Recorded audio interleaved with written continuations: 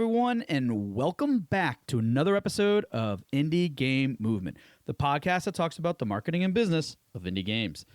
I'm Andrew Pappas. I'm going to be your host today, and we're going to be talking about why players quit before they love your game. Whenever someone picks up your game, you hope that they're going to love it and experience it as intended. But every player brings different abilities, experiences, and expectations, which can create barriers developers never really anticipate. So today, we're going to explore accessibility as a broader, player-centered design philosophy. We'll discuss unintentional gatekeeping, onboarding, and the assumptions developers bring into their work, and also some practical ways to make games more approachable without compromising their creative vision. So that's what we're going to be talking about right here today on Indie Game Movement.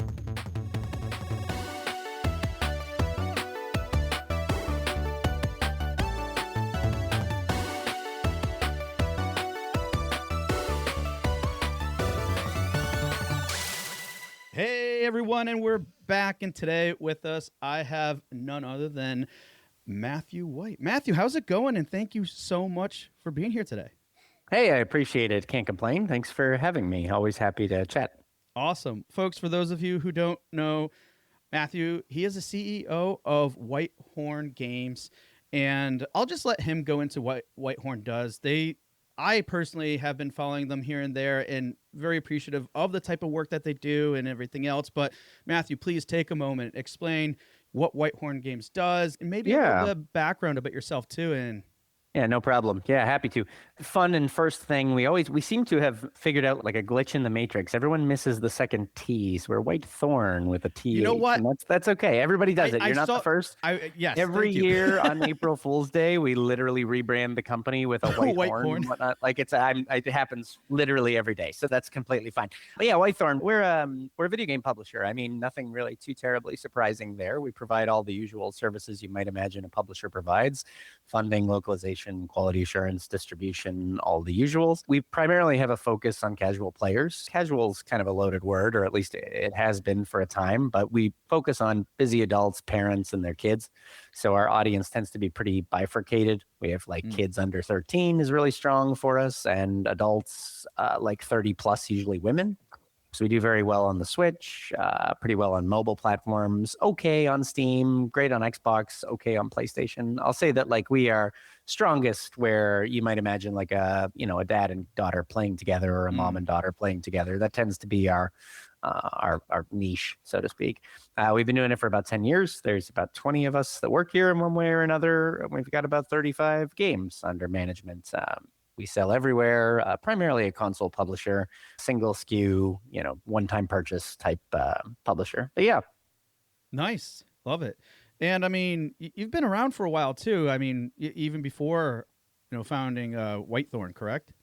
Yeah, that's right. Yeah, AAA first. So I started games industry, I suppose, in indie back in the 2000 aughts, working on some mobile games in Canada. Then I finished my doctorate. I taught game development at Penn State for a time, but I took a job at Volition on the Saints Row games, worked there for a while in player behavior analytics. It's basically like user testing, and then took a job at PlayStation in California. I was out there working on mostly MLB The Show, but also some other titles in the kind of San Diego studio portfolio, as well as the kind of corporate portfolio. I've worked for Keyword Studios, Deep Silver. I've been around, yeah, and it's been a long time. I think this is year 18. Okay, nice, and a lot of interesting areas too and stuff, and some of which we're going to get into in a little bit as it relates to the topic. But first, before we do that, one of the things that we do here on the show to get to know you a little bit more is to have our guests go through the Q Box round. It's just a few random questions that I prepared here today. So the first one is, Matthew, are you ready for the Q Box round? I was born ready. Oh, I love those answers. All right.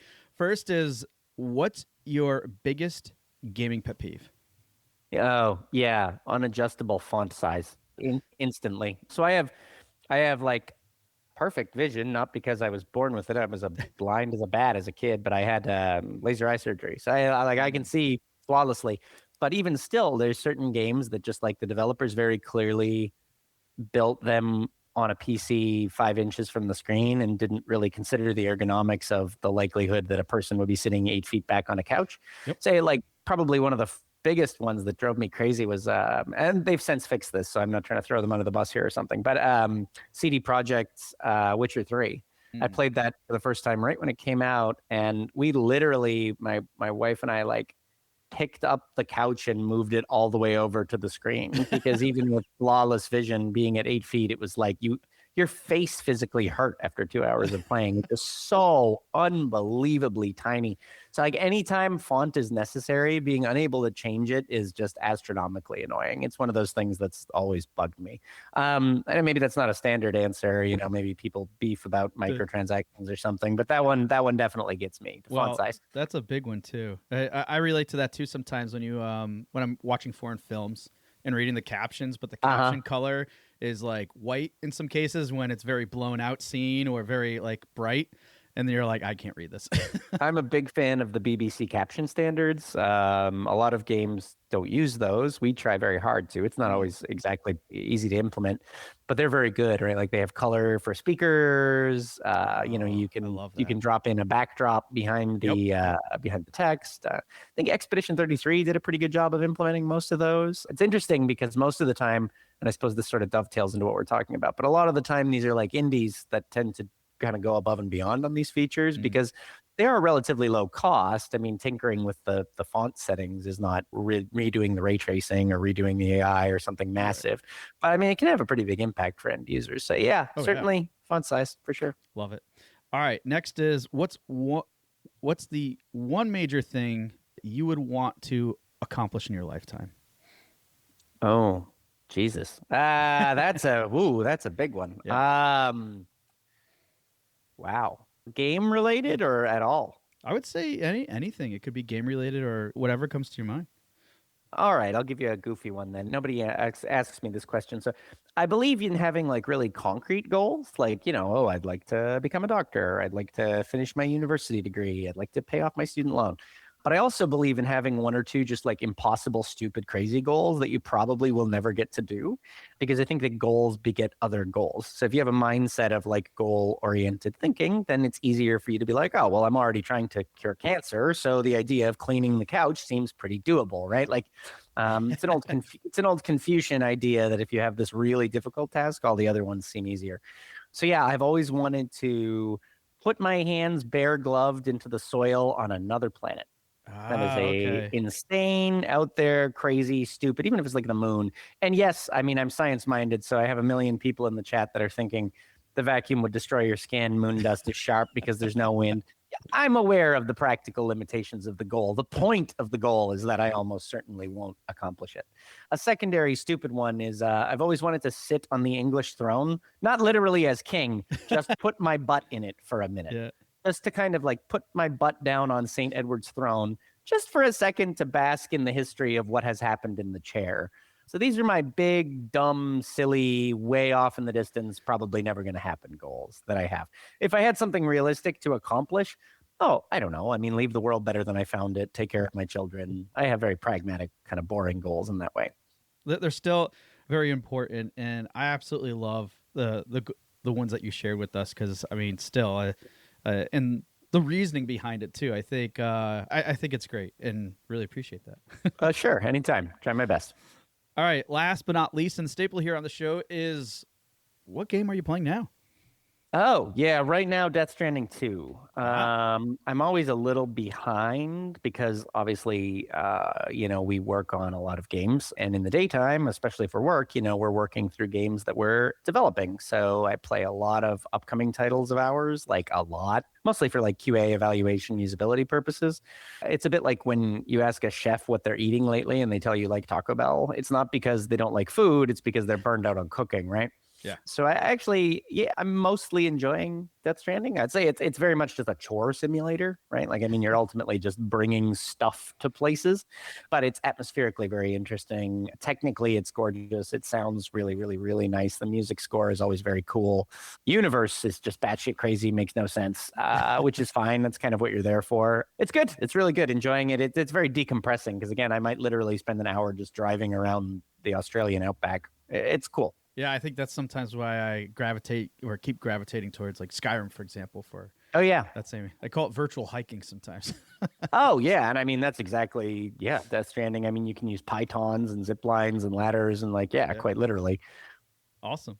Really appreciate you sharing those with us and allowing us to get to know you a little bit more. And Sure. now, folks, we're going to get into the main reason why we're here today and talk about why players quit before they love your game. And Sure. I know it's a big and important one. And Matthew, to kick things off, when most developers hear accessibility, Mm-hmm. they think, about like optional settings or extra features and things like that. How do you define it in a way that actually changes how a game gets designed? Yeah, so accessibility is an interesting topic. I mean, obviously the core is, making accommodations for folks that have differing ability levels to actually get to play the game as another person. So, I mean, at the most fundamental level, we think about, like you said, very simple things like dyslexic fonts, colorblind modes, maybe changes to the physical button scheme that allow people with, mobility or physical issues to play the game in the same way. But ultimately, I mean, the definition is right there in the word, right? Like we want anyone anywhere to be able to access the thing that we made. So at its most fundamental level, I mean, if you build a big tall tower, you need to add stairs, right? Like there's a level of just recognizing that there's a human element to getting in and actually enjoying the game. Games are participatory experiences. They're not quite like a film. They're not quite like a painting or a Broadway play. They require a level of input from the user. And even those other examples that I gave, think about accessibility. Paintings have braille inscriptions next to them for folks who have difficulty seeing. Broadway shows have sign language interpreters for folks whose hearing is maybe not perfect. There's a variety of kind of assistive technologies, but with games it goes a little farther because we always expect, like at all times, the user to have an active role in the game actually being played. It's not like a movie. Like a movie will play even if the theater is empty, but a game will not, right? Like it will sit on the title screen forever. So because we require that active participation from our user, we just need to take into mind that our user is not a monolith, right? Like it's very easy for a developer to see themselves in the consumer, like what I look like or what I feel like or how I play games is how my audience will. And that's just rapidly and immediately disprovable, right? Like you and I might have one particular set of skills with games. Another person who's grown up differently might have a completely different set. Person from another culture that didn't perhaps get games until, if you think about even developing world, like Brazil. I mean, a lot of those folks didn't really have games at all until like the turn of the century, 2000s, where North Americans and certainly Japanese had exposure to that for 30 years hence.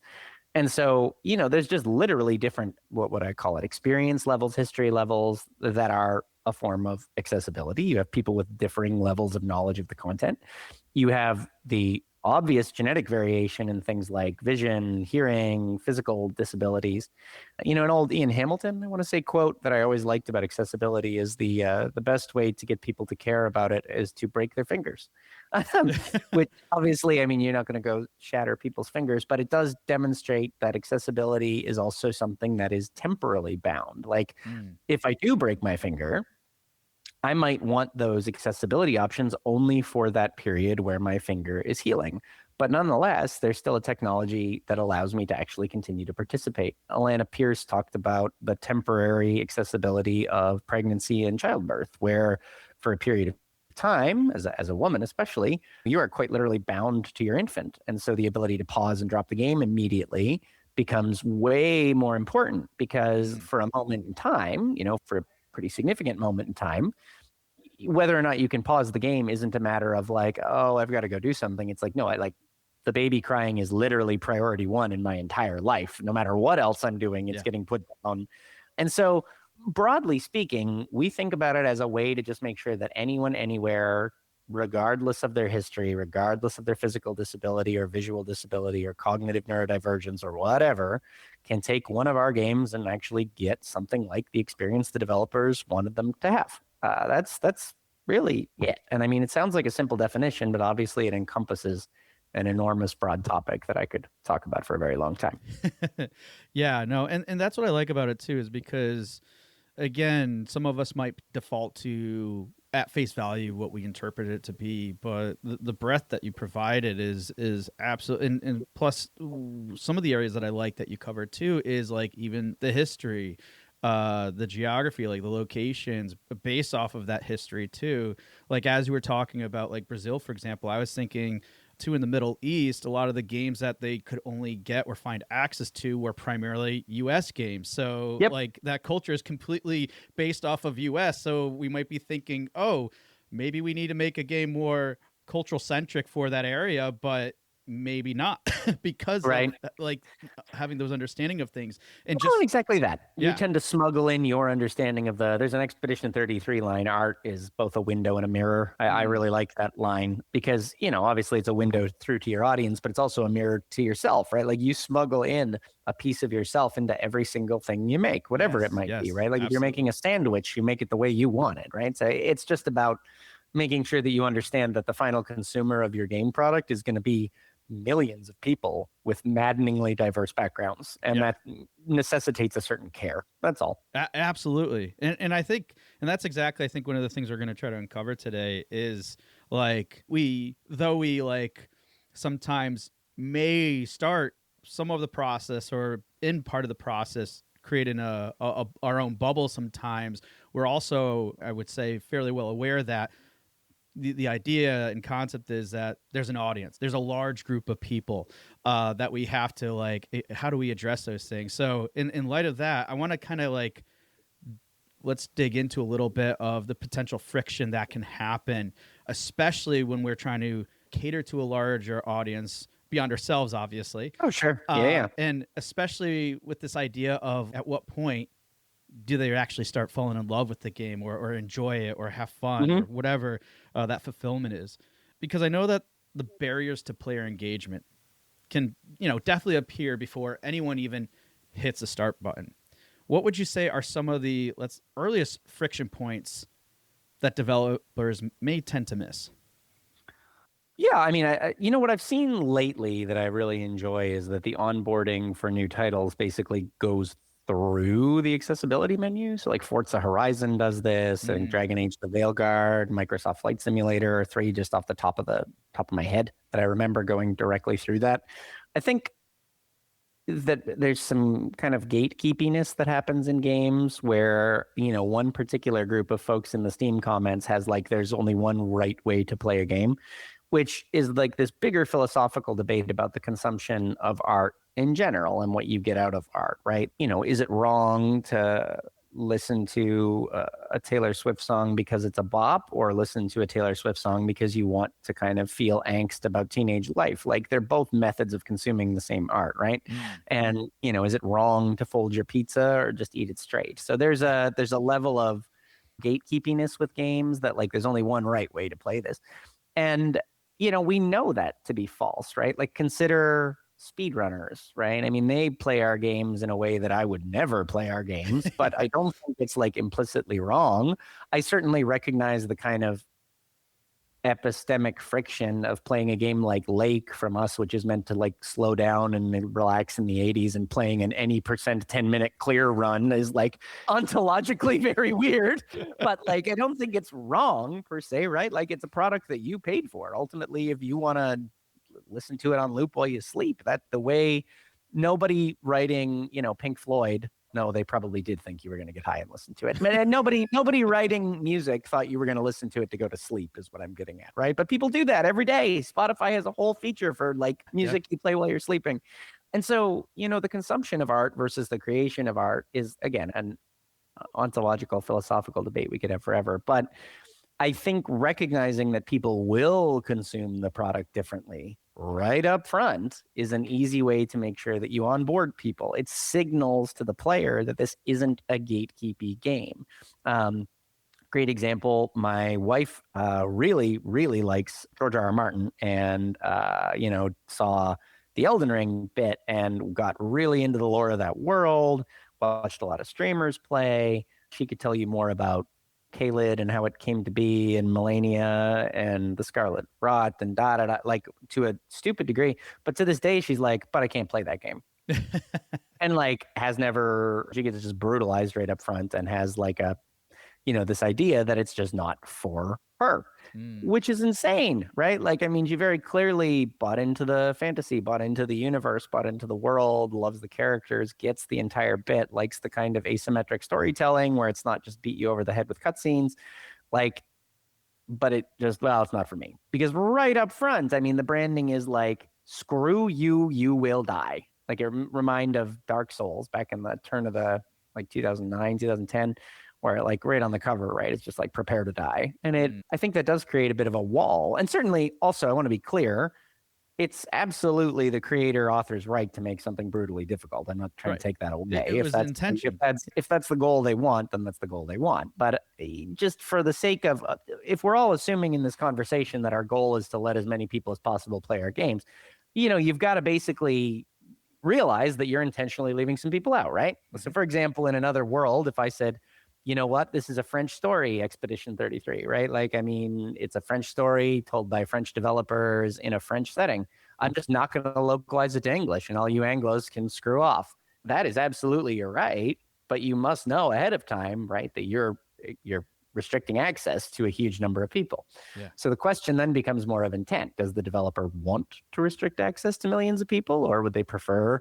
And the answer might be yes, right? Like, so I'm not trying to make a value judgment, but if on this call, our purpose is to open it to as many people as possible, it starts literally right at the branding, the packaging, and the onboarding, right? Yep. Like, a hardcore branded thing that says you're gonna die doesn't invite people in. Like, a lack of difficulty options, a lack of accessibility settings, a lack of controller remapping, a lack of font size changing, a lack of volume control levels, all says to the user, there is one way and only one way to experience this. And if your method of experiencing it is different, you should maybe consider a different game.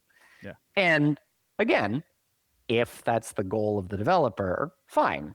From my perspective, I think that kind of sucks. I'm not going to tell them how to make their own games. But for us, the goal is more Nintendo-like. Look, this is fun. It's for everybody. We want you to play it. We want you to be a 35-year-old who likes Pokemon. We want you to be a 7-year-old who likes Pokemon. We want to be able to do the kind of Shrek and have a part of Pokemon that is very clearly math-heavy, competitive, and for people who are a little older.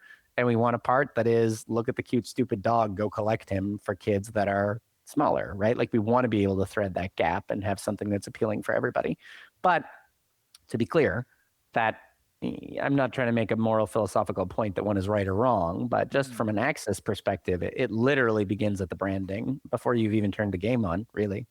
But I really like that those different perspectives and almost extremes in a way. We went from Dark Souls to the types of games that you guys create, right? Yeah. Very open, and the other side is very focused, direct. Like, this is how you eat your pizza. This is how you play a game. But what I find really interesting in what you just shared is, I think what it can do is really open up. It's like, clearly there's a specific intent that everybody has, and of course that's their prerogative, and there's everything from strategic reasoning to even personal ones that align with that, like you talked about branding and stuff.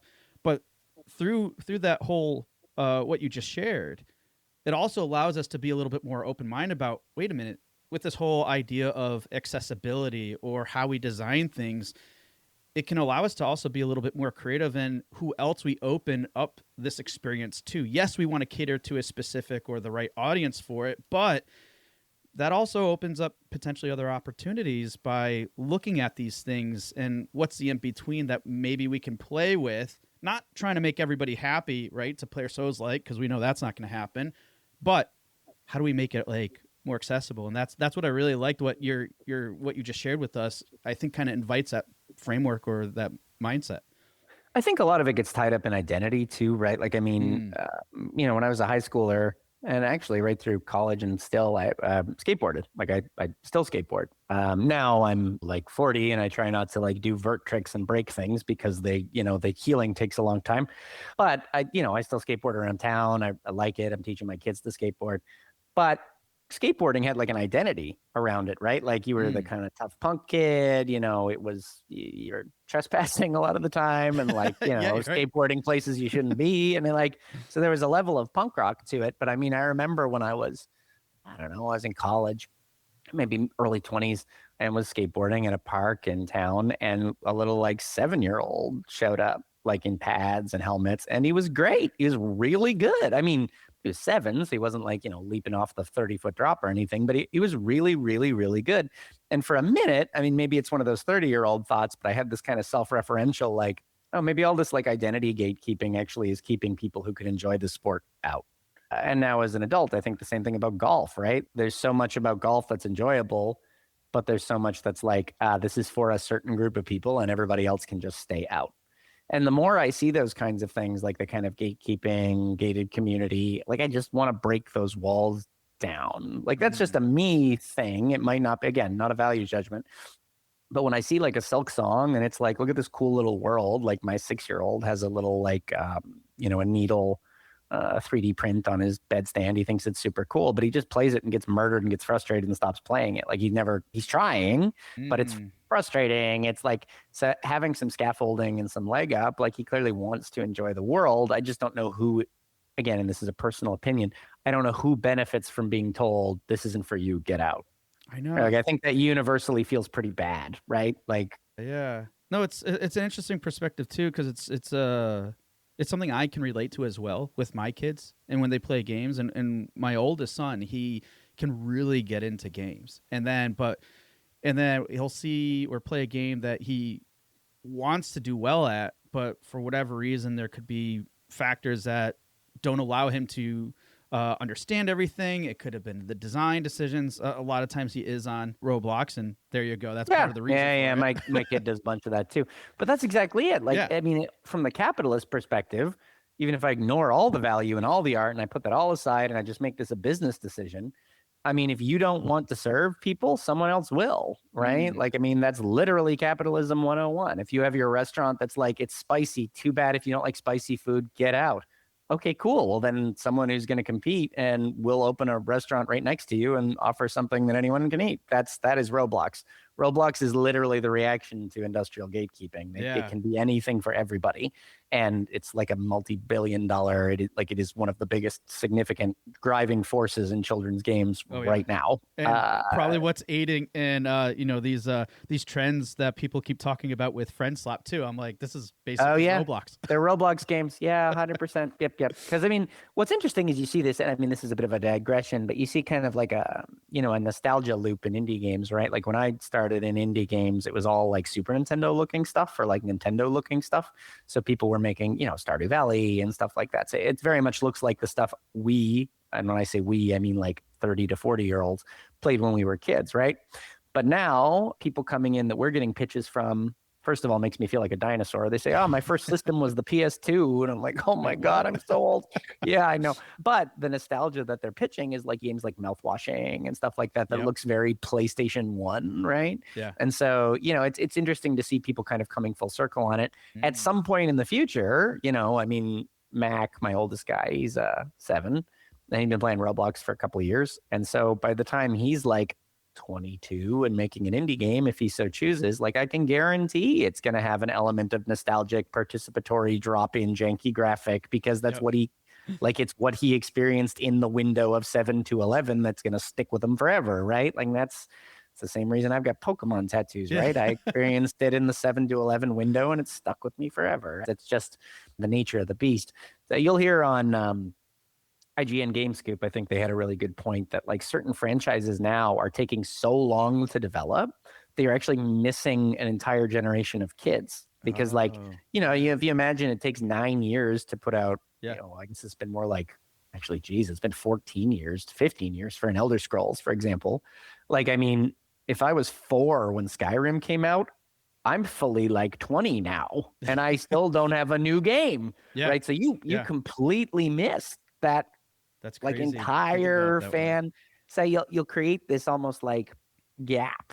Even thinking about the pandemic, people are worried about like a social support cliff 18 years in the future because so many people had babies because they were cooped inside. Yep. So in 18 years, when it's like all these folks at the workforce were worried about like a job collapse because it's like there'll be such a sudden surge of new entrants. Yep. And just interesting to think about that, how, you know, if you have this kind of lag, how it manifests in several years. So that's one that I've thought about a lot, especially as it relates to like getting kids into game development and stuff like that. Anyway, sorry, digress here. That's okay. I just think it's funny how like basically in 10 or so years, we're going to see a lot of games out there that are basically look like sub PS1 style graphics. And that's going to be the norm. But getting back, I mean, I really like the analogy you shared about like the restaurant, right? And making something spicy.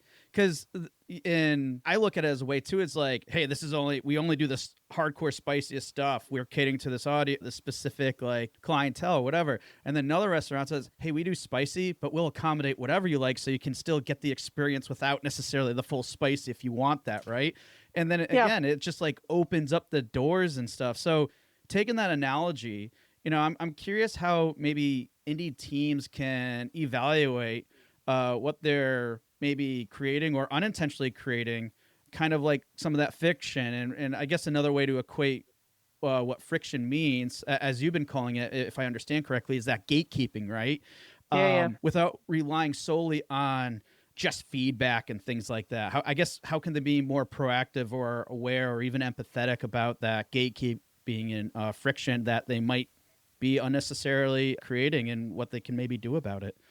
Yeah. You know, I think a thing that happens pretty frequently with us, I mean, we're pitched an absolutely ridiculous amount of games, especially post games industry slump and layoffs and everything. The number of people actually funding games is quite small now. So we receive just a shocking amount of game pitches.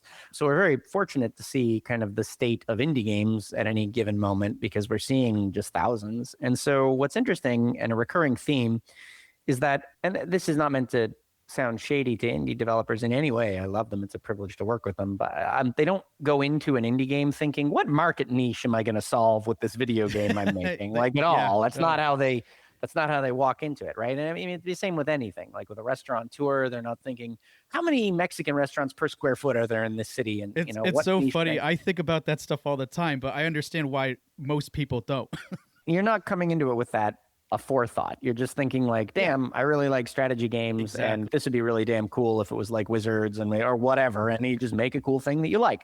So usually our responsibility as a publisher is to meet them in the middle, provide them like the financial support and resources that they need to actually make the thing, but then also figure out like where does this sell? Like how do we position it so that it makes money, so that they can continue to make more games and that everyone's happy and that we can thrive and hire more people. And so sometimes closing that gap is pretty tricky. But I will say that if you don't come into it with the idea that your customers are basically everybody, then you tend to start filling almost subconsciously, you start filling the role of the player in your mind. I used to teach game design, and I taught this one thing I loved to do for this was I would get everyone in the room to close their eyes, and I'd say like, hey, everybody, okay, so we're setting up a scene for a 3D open world game. There's a gambler sitting at a table in a casino, lots of chips on the table. Someone walks up with a martini and offers it, and up comes a conversation prompt. You've got 3 or 4 to pick from here. There are various levels of flirty. Okay, by the way, put your hand up if that gambler is a man. And at no point did I ever use he. I never used person. I never used, and without hesitation, 90 to 100% of my 50-person classes would immediately raise their hand. They've pictured James Bond. They've pictured, obviously, it's a gambler, it's a man. So that's a simple example, but you come to the table of building your game with some presuppositions about things that are endemic to you yourself as a person and that you can't separate from the art. And so what that means is if you don't have an audience explicitly defined, like if you're not Whitethorn Games, who says our audience is 13-year-olds and down girls, or 27 to 35-year-old adult women. Yeah, obviously people outside of those audiences play our games, but these are who we are aiming at, and we're very specifically catering to the needs of those people. If you don't have that going in, like there's an audience North Star that determines how we're developing, you will fill it with your own suppositions because the mind in general doesn't like incomplete information. So we're gonna, we'll find faces in the moon. We will always try to put a pattern onto nonsense information. And so you won't just say the player as a nebulous person. You'll basically sub in yourself or something like yourself. So you have this very early, almost unintentional gatekeeping because you're making it for you. You're making a thing for you. And your tastes are one set of tastes and your skill level is one set of skill levels. Yeah. So I would encourage people to design, thinking about it like designing a museum. Okay, what's one of the first things we think about? Okay, how are people going to get in the door? Do we have an automatic door? Do we have a wheelchair ramp? Do we have like low sidewalk clearance? Do we have parking? Do we have there's a level of just physical accessibility that even when we design something like a pen, we think about like, how is this held? Where will the fingers go? We're thinking about the whole person before we're actually moving directly into design. I think indies dive in, and I like that because that's what being indie is. It's making a cool thing just because the cool thing exists. But the spot where we mature into being like a commercial game developer is realizing that actually my customer is going to be hugely diverse, and we need to think of them as an active participant in the design rather than the eventual consumer of the design. That's more a philosophical answer than a practical one. Practically speaking, like I said, this means things like difficulty levels. This means things like remapping controls. It means things like not exclusively branding on get good loser. It means making sure that users can see themselves in the game. Characters look like the audience you're selling to. Perhaps there are women who are in empowered roles or men who are if you're selling to men. Like you want to make sure that the audience you're selling to can see themselves in the character. You think about something like the Odyssey, obviously very male power fantasy. You have a powerful male main character. So your audience obviously are kind of action heavy men. And to be clear, there's obviously women and other folks who enjoy the Odyssey. But like when we're designing to the audience, you can think of a similar action thing like the Hunger Games, where Katniss is meant to be this kind of every woman that's powerful that you can project yourself onto. So that's the goal there, is realizing that no matter what you design, you're designing for a particular type of person and then deciding actively to broaden that by your design choices. Yeah. I like that a lot too. And I think what's important also to call out with what you were describing and sharing with us as well is that like that kind of becomes a focal point. I mean, that is a focal point, right? The audience. But and I think this is where sometimes people might get caught up is if they're leading with, that passion and they're really putting a lot of themselves into that, right? And while that process is being done, they're only thinking on their behalf and not what that audience really is. And that's where the mix-up comes. But I think there's clearly still a place where you are still putting yourself or your vision and everything into the game, but still accounting for everybody else instead of just considering yourself as the only audience member. And I think that's where kind of the discrepancy or the confusion comes in when people are being so driven about what they're putting into the game. What about it is made up them? And it's not to say that you're not doing that or you shouldn't. You obviously still do that, but you still have that open understanding about who that audience is, who are you specifically targeting to, and you're still putting in the aspects of you that relate to the vision and everything else of the game. There is kind of what's the word I'm looking for? There's this thing called a Sorites paradox or a paradox of the heap. If I have a pile of sand and I take away one grain at a time, when is it no longer a pile? Okay. And there's no real concrete answer there. And that's kind of the point. So there is an epistemic tension here. When you make art, it's impossible to not include yourself, right? When you make a game, absolutely. It's impossible not to include yourself. You can't make it in a vacuum. You're not a robot. It's not AI made, whatever. And that's the beauty of it. The reason we like human made things is to some degree, in an impressionist kind of painting sense, we see the tool marks. Like we can know that, okay, that's a Suda 51 game. That's a Hideo Kojima game before we even necessarily see the credits. Like you just know it in the work, right? Like a Bethesda game. There's an evidence of the actual craftsmanship in there. But on the other hand, the audience is a necessary part of that reception. This is this German art theorist called Hans Robert Jauss. I'm getting a little bit academic here, I guess, but he had this theory called reception theory. Basically, the idea is that art literally doesn't exist without the audience's reception of it. So the Mona Lisa literally doesn't exist unless somebody sees it, right? So the actual art is the interaction between the art and the observer. So, for example, like Hamlet written in 1600 and understood by someone in 1600, and Hamlet read by somebody now are importantly literally different works because they are received entirely differently with different social context and so okay, forth. cool. Like you're thinking about them differently, right? Right. And so what this means is like, and again, this is overly maybe academic for indie games, I guess, but I think about this stuff a lot. What this means is like the game literally doesn't exist without your audience. A game without a player, I mean, it's the old tree falling in the woods. I was thing, just right? thinking Like that. if there's no player, really, there's no game. What you have is a piece of software with no user, right? And so there's two separate but important things to consider. A common cry you'll see on the internet, especially in like Twitter and kind of toxic spaces, is basically like author's intention. Like, well, if the author intended this, then who are we to change it? And that's a fair point, right? Like if I make a piece of art that is intentionally challenging or difficult, so something that's really difficult to read or really difficult to truly understand, that's very much the right as an author. But I would argue that also we don't necessarily know what the author's intention was in many cases. So if the author intended to make something gatekeepy, like intentionally, like I want very few people to be able to play this game, well, from a business perspective, I would probably argue that that's a poor choice because obviously limiting the audience means you've got to have a higher conversion rate in order to break even and stay alive as a company. So just from a raw capitalist perspective, it doesn't make a lot of sense to make something that only 6 people in the world can play.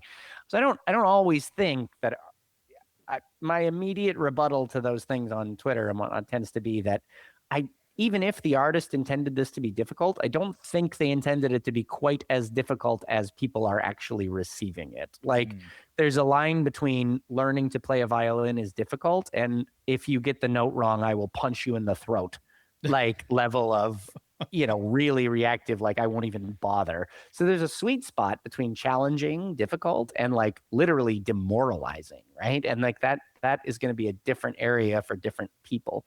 So I think smart systems, like designing dynamic difficulty systems, you'll see in many games, I really like in Death Stranding 2, I mentioned I was playing. If a boss kicks your butt and you die, there's an option, like it's really funny. It's sort of fourth wall breaking because that's Kojima's thing. But the options are like load from last checkpoint, return to main menu, load a save, pretend you won. And if you hit the pretend you won, the boss just dies and you get a cool cutscene of you kicking his butt, even if you got your ass kicked. And the answer is basically like, yeah, we're designing this to be difficult, but we also want you to be able to continue the story if this is too difficult, right? So we're meeting the player in the middle and saying that like, all right, yeah, okay, it's hard. We know it's hard. We made this boss fight hard intentionally. If you're the kind of player who kind of gets off on the idea of like mastery and overcoming a hard thing, great, just hit retry. Yeah. If you're the kind of player who's here to see Elle Fanning's performance and Lea Seydoux performance and Norman Reedus skip monologues and learn about this world, just hit the pretend you won button and move on. Don't sit here and slog, because we can typically, as developers, one thing we can all agree on is we're not trying to make games so our users have a bad time. Yeah. Like we don't want our customers sitting down and being like, this sucks. Like at no point does anybody want that. So meeting someone in the middle there, I think really is yes, author intention is one thing, but recognizing that some people will quite literally not get there for you, right? Like the number of people who understand Gustav Klimt's chiaroscuro paintings, like it versus looking at it and saying, oh, this is beautiful. Both of those are valid ways of consuming the medium. So I think, you've got to meet the user where they're at. We have a game called Evans Remains in our stable that has it's puzzle platformer kind of thing, but it's very visual novels heavy. And so it has two audiences. There's sort of the puzzle maniac audience that wants really difficult, menacing puzzles, but also someone who just wants this kind of cool psychedelic story. And so we allowed people to skip the puzzles. We also allowed people to skip the dialogue. So you can literally, like, if you're just there for puzzles, you can skip the dialogue section. If you're just there for dialogue, you can skip the puzzle sections. And one of our Steam comments at one point was like, if I can skip the dialogues and the puzzles, can't I just skip the whole game? And our community manager at the time responded with, that'd be a really silly reason to give us $14, but I suppose you can if you want to, which I thought was kind of fun, right? Like, well, yeah, I guess you could. I don't know why you would, but strange. Anyway. Yeah, I really like that too because, sometimes I think in what we were discussing, some people might be thinking like, oh, there could be a lot of different ways of going this and like making, but if we want to make it more accessible, it could be less challenging or less unique or it's taking away something. But it can be as simple as some of the examples you're providing with like Death Stranding is like just the difficulty levels or whatever. You still don't have to necessarily like change your intent or reshape everything that you're trying to create. It can just be as simple as that. And again, if your intent is just to, hey, I just want to outright make this really hardcore, that's perfectly fine too. But there are ways to essentially make the experience you're creating more approachable. Now, yeah, and you'll hear people say difficulty is accessibility, and I mean I agree. So the question is, there's a moral question buried in there.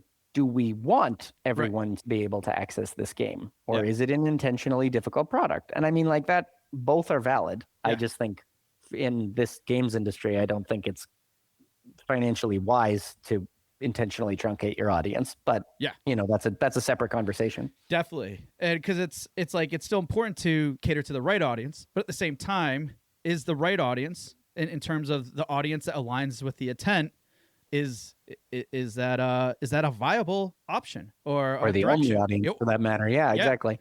I think that one thing that's surprising is games that find communities that they otherwise originally didn't vibe with. Like think about like the Super Mario Brothers 64 speedrunning community is like massive, but obviously was not the original like intended, or even the tension you see between like Masahiro Sakurai and the Smash Brothers competitive audience, like this very different audiences that bloom up almost independent of the author's original intent, right? So that's the thing about a living work, is I think that as much as the original author intends a person to kind of get a certain outcome, what actually happens when it goes out into the wild might be a very, very different thing than anyone ever intended. So it just, think about Gary's Mod or things like that. Yeah, absolutely.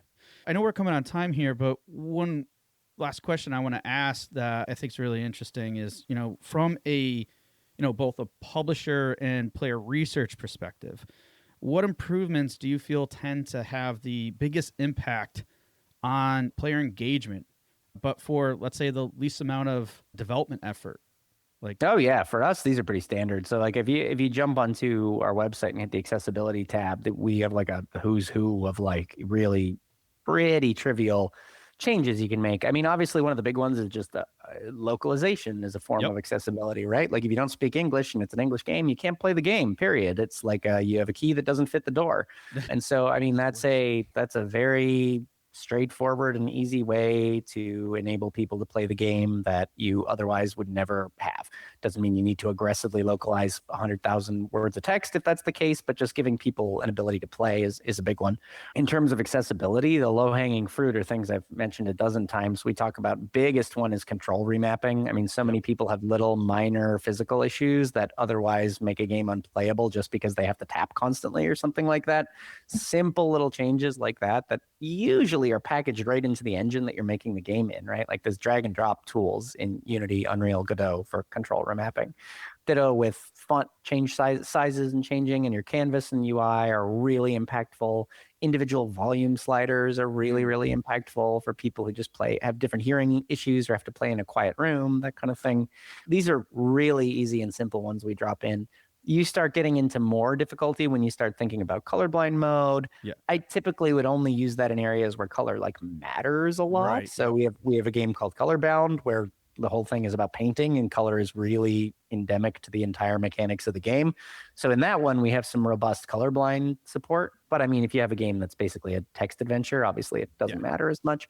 So it does have to kind of meet the type of game you're making. Yeah. I'll say that being able to, difficulty is obviously a big one. Yep. I mean, if you can easily make difficulty modes, that's an easy one to really enable people, giving people options to skip things that they're not there for. Yep. You might feel really bad as an author that people want to skip your dialogue. Like you might implicitly be like, well, damn, I wrote all this dialogue. People are going to pick the pepperoni off the pizza you make.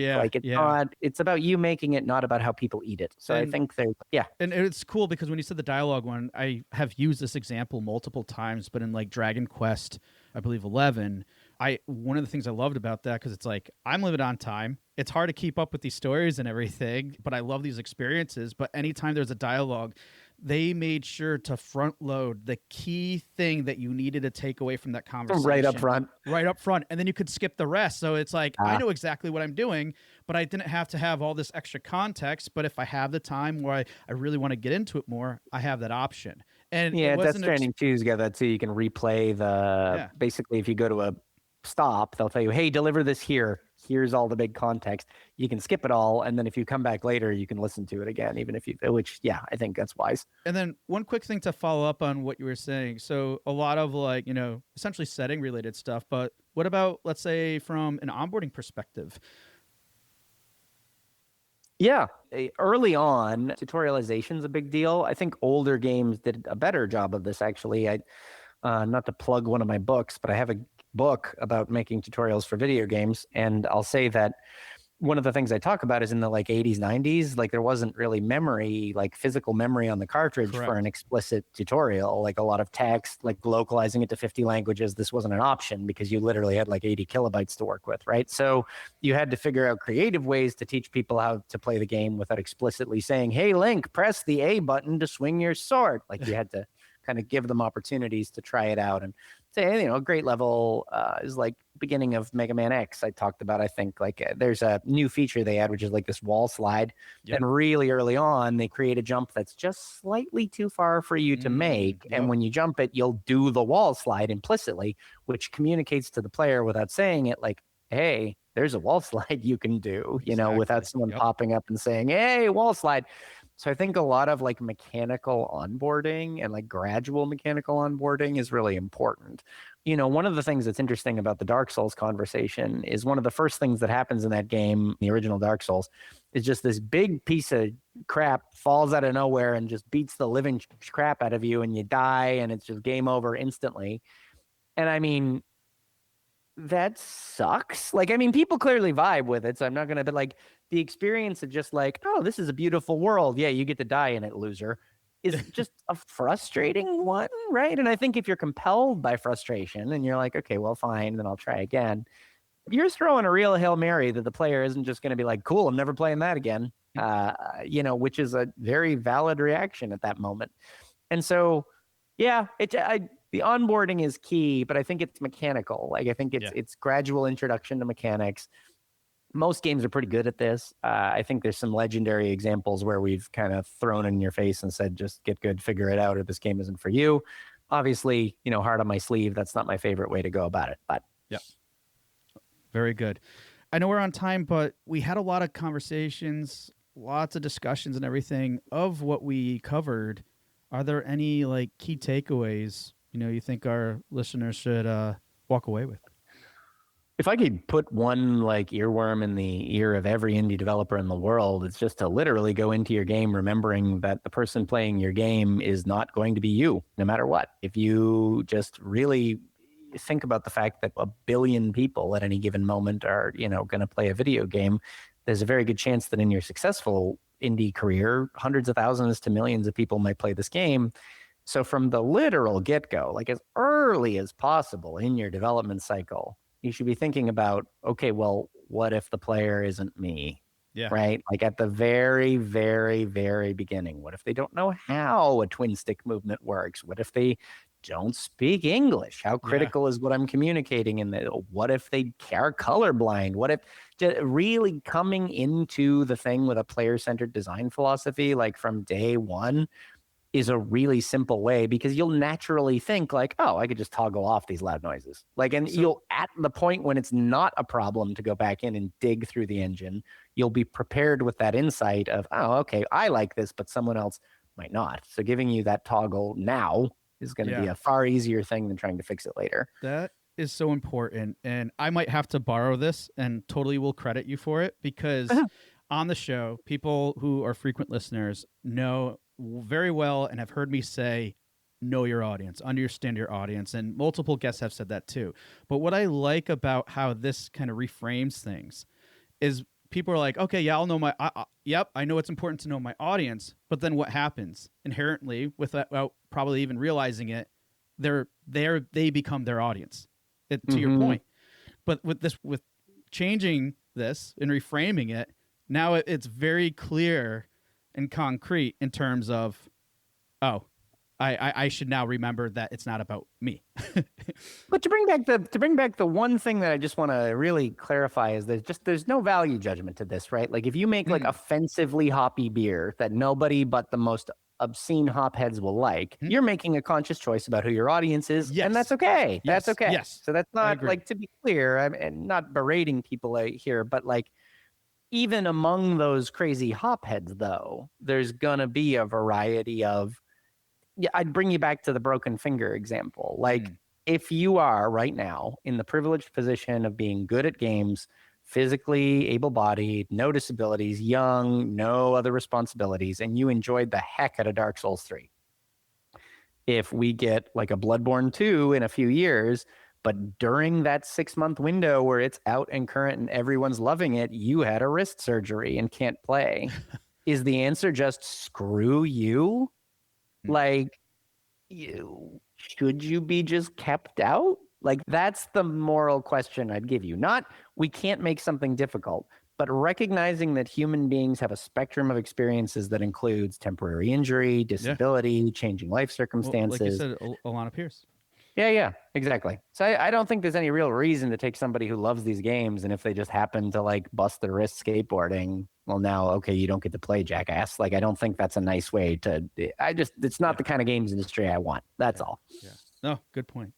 Matthew, it's been awesome, great. Love the insights and everything that you shared with us today. If anybody wants to connect, find out more about the games that Whitethorn makes, what are some links or ways that listeners can do that? Oh, yeah, we're real easy to find. We're at Whitethorn Games on everything. So take your pick: Instagram, Blue Sky, Twitter, etc. So we are everywhere at Whitethorn Games, whitethorngames.com, visible on every platform where you play games as Whitethorn Games. We should be pretty easy to find, I hope. Awesome. So we'll include a bunch of those in the show notes. Matthew, again, it has been great having you on the show. Really appreciate it. Thank you very much. Appreciate you having me. Hey, everyone. Thank you for listening to another episode of Indie Game Movement. I'm Andrew Pappas, your host, and the show's producer is Mustafa Price. Show notes for this episode can be found by visiting rengenmarketing.com, the number episode of the show. Rengen Marketing is a consulting marketing company that helps indie devs with their marketing efforts. Whether you need guidance with your game's marketing strategy or could use a free marketing plan template, then please visit www.rengenmarketing.com and take action. A special thanks to Dakota Saw for Season 2's opening theme and Melissa Gellis for the new logo design. And as always, thanks for being such great listeners, and we'll see you next time on Indie Game Movement.